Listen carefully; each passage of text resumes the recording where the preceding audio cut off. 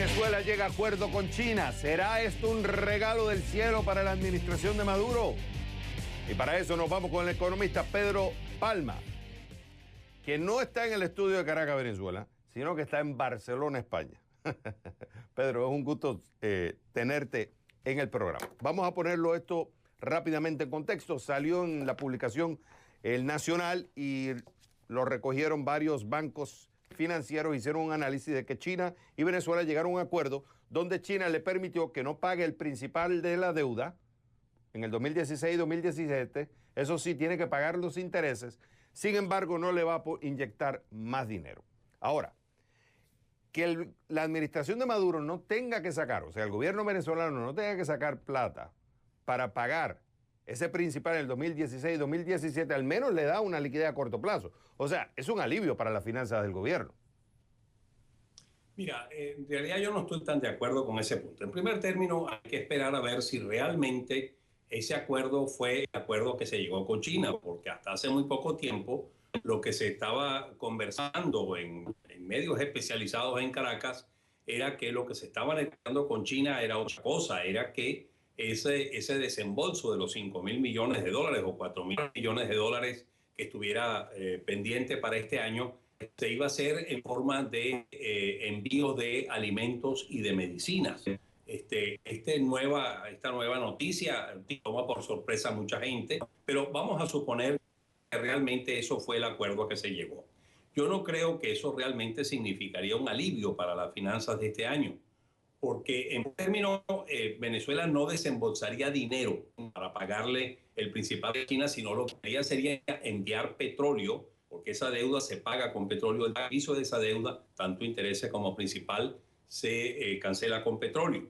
Pero eso significaría quizás un ahorro más, que es lo que cita Citibank en su noticia de prensa. Podría significar un ahorro de unos 1.700 millones de dólares en lo que resta de este año. Es decir, que se liberaría petróleo que se puede vender en el mercado por más o menos unos 1.700 millones de dólares. Pero simultáneamente, lo que dice la noticia es que China dejaría de entregar nuevos préstamos por 5 millones o renovación de préstamos o de la línea de crédito por 5 millones. Eso significaría, por lo tanto, que en términos netos Venezuela dejaría de percibir o dejaría de recibir dólares este año por una cantidad importante, de unos 3.000 millones de dólares o más.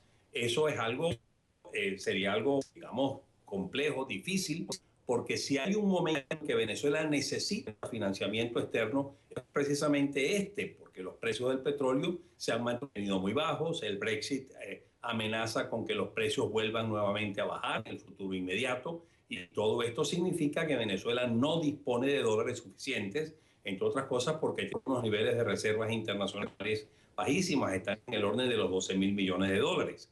Y por lo tanto Venezuela necesita desesperadamente, diría yo, financiamiento externo para poder importar alimentos y medicinas que se requieren en Venezuela urgentemente porque hay una escasez dramática, y eso no se puede producir internamente porque el gobierno ha destruido el aparato productivo privado a lo largo de estos últimos 15 años con sus pésimas políticas públicas. Por lo tanto, dependemos de las exportaciones tremendamente. Dime.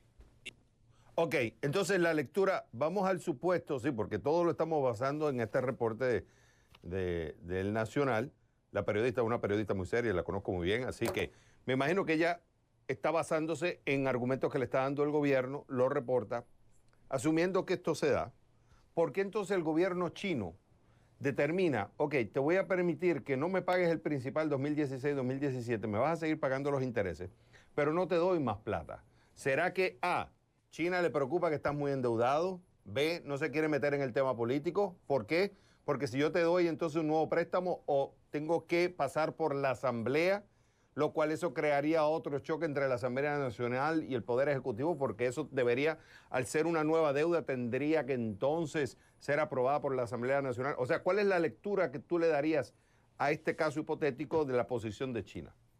No, mira, yo creo que más bien la lectura que se le daría en caso de ser esa la realidad que vivamos en los próximos meses es esencialmente una preocupación, sin duda alguna, de China por la situación de Venezuela.